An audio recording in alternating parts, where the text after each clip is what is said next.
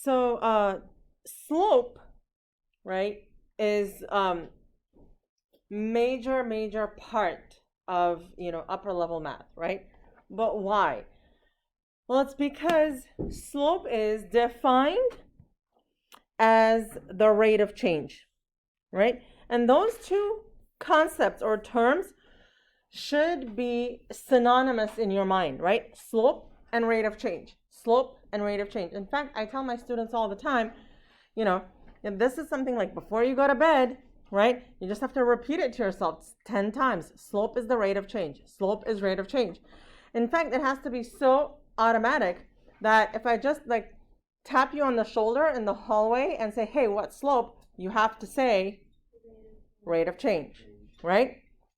So more specifically, it's the amount y changes with respect to x. So for example, if you take a look at this graph here, if I start at an x value and if I go over a couple of units, right?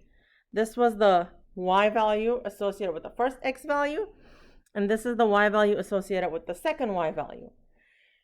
Well, slope is, when I went over a few units, how much did the y value change according to that? That is slope. You've learned how to find slope of linear curves back in the day, right? So if we have a curve here, f of x equals x plus 2, right? And I want to find the slope of this at the point 3 comma 5. What do? Well, here is the point 3 comma 5. Basically, what I have to do to find the slope is pick 2 points and find the slope between them, right? Now, what 2 points do I pick? Well, because it's a linear curve, I can pick any 2 points, right? In fact, today, I'm going to go with this point, and I want to find the slope in between. Well, if this is x1, and if this is x2, right, then slope is y2 minus y1 over x2 minus x1. We know this. But calculus notation says if that's x1, then this is f of x1, and this is f of x2. So y2 minus y1, I can now write it in this way, where it's f2 of x minus f1 of x, instead of y2 minus y1, f2 minus f1. It could also be written f of x2 minus f of x1, right? But basically, this is now calculus notation. Oh, someone showed me their calculus. And the slope is, 7 minus 3, 5 minus 1 equal to 1. Okay? Now, so for this specific one, we chose the 2 points that we chose, but what I really wanted was the slope at this point. Okay? Could I have chosen that point along with another point and found the slope that way? Yeah. Yes, it would have been totally the same. The point is just get 2 points and do the slope formula. Okay. Now, what if you don't have a linear equation? Wow. Okay? What if you have something like this? And now you have f of x equals x squared, and you want to find the slope at 1, 1. Well, where is 1, 1? Right here. Well, so we say, okay, you know what? Let's do what we did before, because to find slope, I just have to pick 2 points and do y2 minus y1. Well, I'm going to pick that point and this point, 3 comma 9, and I want to find the slope, right? Okay, but let's examine what it is that we really want to do. If we want to find the slope at 1, 1, what exactly is it that we're doing? If you zero in here, if you zoom in here, the slope at that point, right, is this. That's the slope. If I divide it into tiny incremental parts, that's the slope. If I extend it, the green line becomes what sort of line if it touches the graph only one time? What type of line touches a circle once? Starts with a T. Tangent. So this is now a tangent line. So if it says to find the slope at 1, 1, what it really is asking is to find the slope of the tangent line. Okay, but we find slope always in the same way. I just pick 2 points and I find the slope of the line connecting them. Is that red line a tangent line? No. Is that even close to the line that I want the slope of? No. No. What that red line is a secant line because it hits the graph at how many points? 2 points. Okay, so if I find the slope of that secant line, the slope of that secant line is equal to 4. Okay, but look at how far away that is from what I actually want. So that's not a good approximation at all, right? So then I think to myself, you know what? I chose that second point too far, right? What if I bring it a little bit closer? So what if I take that point and bring it closer here? Now that red line is the secant line, okay? The slope of that is 3. What I want is the slope of the tangent line. But do you see how when I brought that second point closer, the secant line now became a better approximation of that tangent line? Do you see how that happened? Yeah. Yeah? And so now I think to myself, wait a minute, it looks like I might be on the right track. So I just have to bring that second point even closer, right? And so look at this. I bring that second point even closer.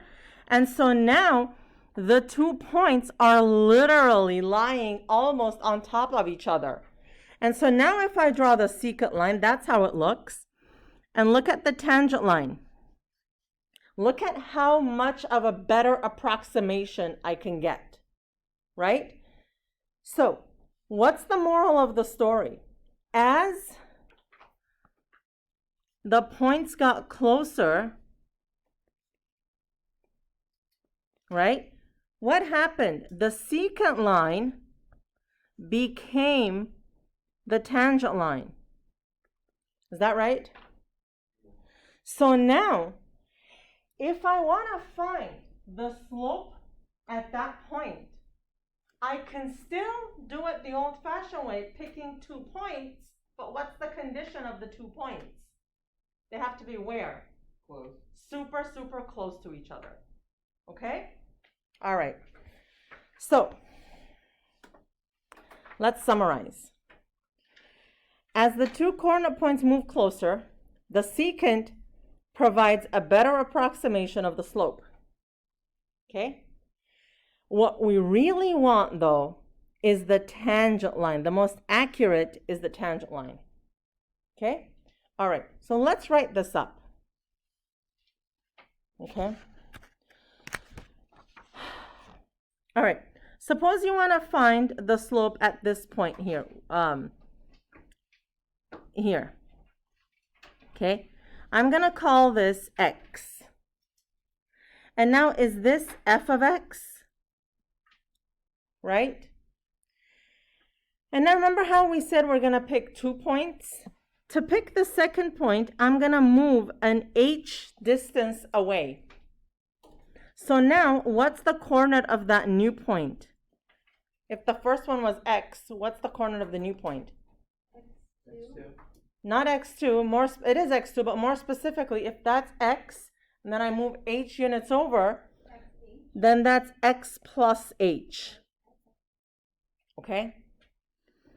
So the y value for that is f of x plus h. Okay? Now. And how do you know? Now, let's write down the equation for the slope of the secant line. It's y2, which is f of x plus h, minus f of x, over x2, which is x plus h, minus x1, which is x. Okay? But some stuff cancel here. The x's cancel. So this becomes f of x plus h minus f of x over h. Okay? This is now the slope of the secant line. Now, what did we say we had to do to make it a tangent line? We have to bring the 2 points closer. So, for a better approximation, we have to move the points closer. Just to be clear, couldn't you have done 0.45 coordinate 4? Well, there is no numbers now. We're just x and x plus h. Okay? If I move the 2 points closer, what happens to the value of h? As I move the points closer, what happens to the value of h? It gets smaller, and how small do we want h to be? Possibly how much? 0. We want h to be about 0. ASAP. And so now, that's right, As small as possible. ASAP, or in other words, okay, another way of saying ASAP for h is this is going to be the limit as h approaches 0 of I knew this was coming. f of x plus h What was it, Kat? minus f of x over h. And now this right here, that is the big deal. This says that to find the slope of the tangent line, you can use the expression for the slope of the secant line, but you have to make h close to 0. If we take anything, we'll Okay. jump today. This is it. So now this is how to find slope Of the tangent. at a specific point. For parabolas. No, it's for any function. If we spend all this time coming up with a formula in math, it better be for all functions out there.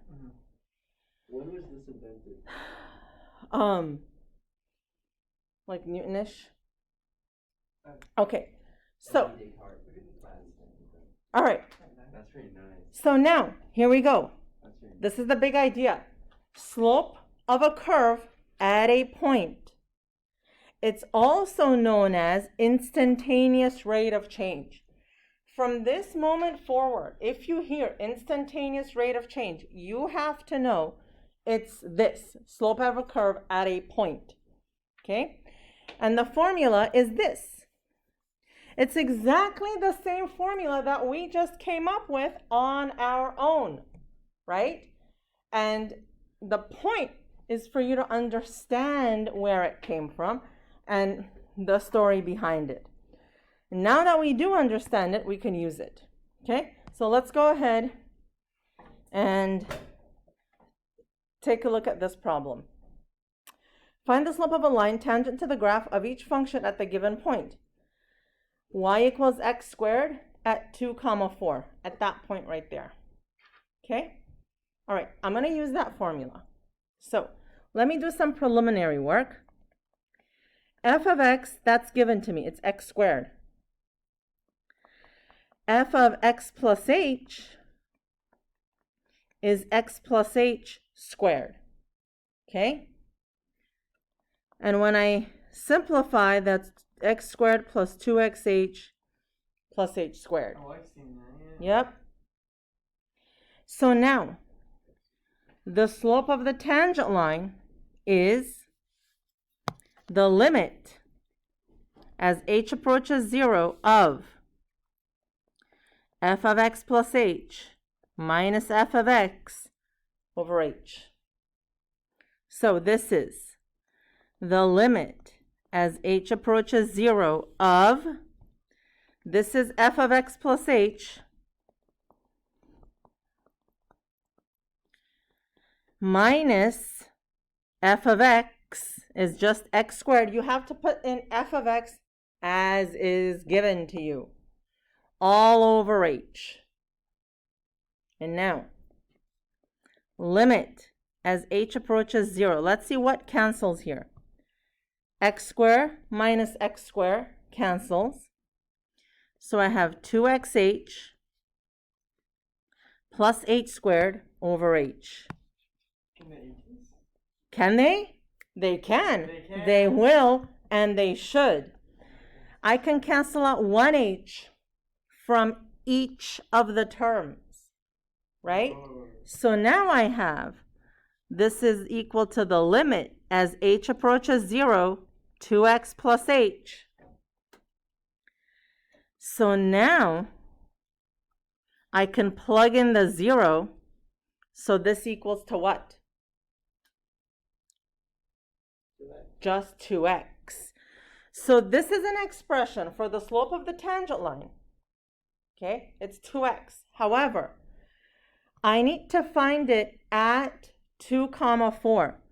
So at x equals 2, m is 2 times 2, m equals 4. So yeah, that is your answer. But all this is the work. Wait, how did you get Okay. 2x? Oh, is it 'cause the h- Let's take a look at what we have done, right? If I were to draw the tangent at that point of this curve, we are claiming that this has a slope of 4, which, you know, it looks like it does, right? That line has a slope of positive 4. Okay, now I have a parabola, x squared plus 4, and I want to find the slope at negative 2, 8. Same situation, right? We need to do some preliminary work. F of x plus h is, okay, so f of x is x squared plus 4. Now, f of x plus h is, replace the x with x plus h, squared plus 4. And then you have to simplify this. X squared plus 2xh plus h squared plus 4. Okay. Slope of the tangent line is the limit as h approaches 0, f of x plus h minus f of x all over h. Show me the formula every single time. Okay, this is the limit as h approaches 0, x squared plus 2xh plus h squared plus 4 minus f of x as is. F of x is x squared plus 4, so it needs parentheses over h. So let's simplify this. This is x squared plus 2xh, h squared plus 4 minus x squared minus 4 over h. I understand that there are some steps that at this level you can eliminate. It's fine. When I'm teaching it, I want to go through it like laboriously so that, you know, we don't miss anything. X squared minus x squared cancels. Can we cancel out all in one step or no? You can. Just do it correctly. Okay. 4 minus 4. And so what do we have left? Limit as h approaches 0. Before I cancel out h's here, I just want to see what we have. What happens if I plug in h equals 0 now? What do I get? Undefined. 0 plus 0 over 0. 0 over 0, which is indeterminate. Isn't that the same thing for x? A different number to plug in. Different number. So cancel. This is the limit as h approaches 0, 2x plus h. So what's the slope of the tangent line? 2x. Is it the same every time? It's not the same every time. It depends on the function, but can different functions have similar slope? Of course. That we got Yep. through x plus h. Yep. That's crazy. Yeah. I know. Hold on, I'm still writing. Okay. That's so funny. So now though, we want this to be at negative 2, 8. So at negative 2 comma 8, x is negative 2, right?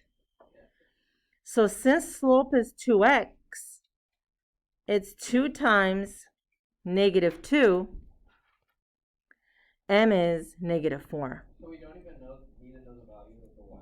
No, because in this case, no, you don't, right? Because the slope here is an expression in x only. It only depends on the x value. So it's literally just almost the exact same thing. okay, so look here. This is what we wanted the slope of, and you see how over there the slope does have a value of negative 4. Okay? All right, let's do another one. An equation of, okay, so here, look at the instructions. It says find an equation for the slope of the graph of each function at any point. When you want the slope at any point, it means you have to leave in terms of x. Okay? Okay. In most cases, should you just plug in 0 or no? Yeah, you'll see. Yeah. So, okay, so let's find f of x plus h.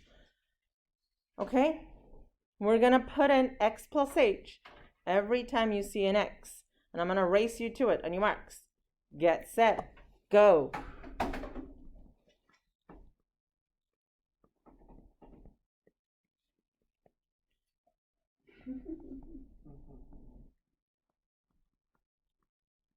Whoever's the winner gets $100,000. Okay, how are we? Let's do this. Slope of the tangent line is limit as h approaches 0 of this over h. Oh my lord. Limit h approaches 0 of x squared plus 2xh plus h squared minus 4x minus 4h plus 2. Okay, now it's minus f of x. So I'm just going to do it in one shot, right? Just change the values for f of x. So minus x squared plus 4x minus 2 all over h. What can we cancel here? X squared minus x squared. What else? Negative 4x, positive 4x, and the 2's. So what I have left is the limit as h approaches 0, 2xh plus h squared minus 4h over h. Now,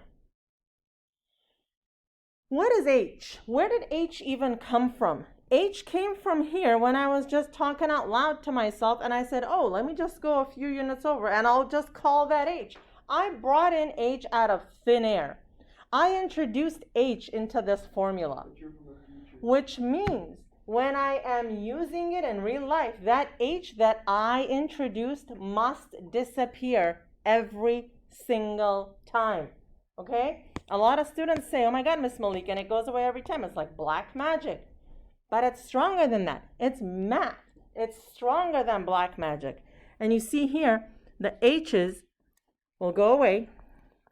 So I have limit as h approaches 0, 2x plus h minus 4. Don't forget the 4. I forgot the 4. Now when you plug in your 0, m is what? 2x minus 4. See, that's a different expression. What is it? Minus 4x minus 4h. Okay? Is this a party trick to pull out? It's a party Did you trick. bring your whiteboard to the party? Always. Or the whole project? So, 2 over x. So far we've been doing quadratic equations. You're going to be dealing with quadratic, some cubic. Cubic functions get a little more math, like a little more complicated in the computations. There will be reciprocal functions like this one, okay, a number over x. There will be root functions as well, okay? All right, let's do a reciprocal function. All right, somebody tell me, what's f of x plus h here? 2 over x. Yes. What? Oh. Yeah? Oh, yeah. Yeah. Idiot. So f of x plus h minus f of x all over h. Limit h approaches 0, 2 over x plus h minus 2 over x over h. Okay, now, this is a complex fraction, so I basically want to get rid of the complex fraction part of it, right? I want to make it a simple fraction. Look at the numerator here. What is the common denominator in that numerator? X times x plus h. So I want to multiply each of these terms by x plus h. So essentially, what I'm doing is hang on. I'm multiplying this by x plus h, this by x plus h. That's what I'm doing. But for the sake of, simplicity, I'm only going to write it one time. But whatever we do to the numerator, we got to do to the denominator, right? So now this is the limit of h as h approaches 0 of. In the numerator, when I multiply the first fraction by the red, what do I have left over?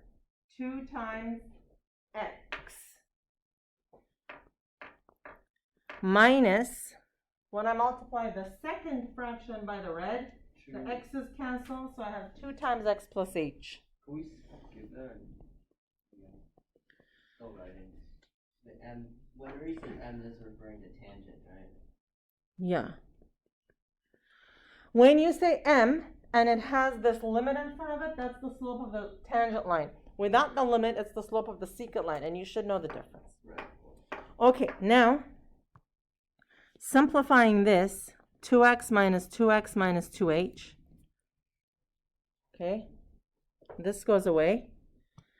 I like the look of that. Limit as h approaches 0, negative 2h over h, x plus h.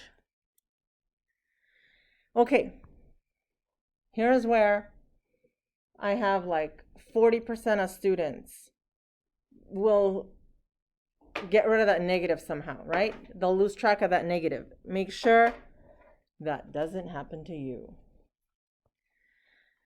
So when the h's cancel, now I have the limit as h approaches 0 of negative 2 over x plus h. Now I plug in 0 for h. And this is negative 2 over x times x, negative 2 over x squared. Okay, so m is negative 2 over x squared. And do you see what a different look that has to it than what we've found so far? Okay. So, guys, something. What a party trick.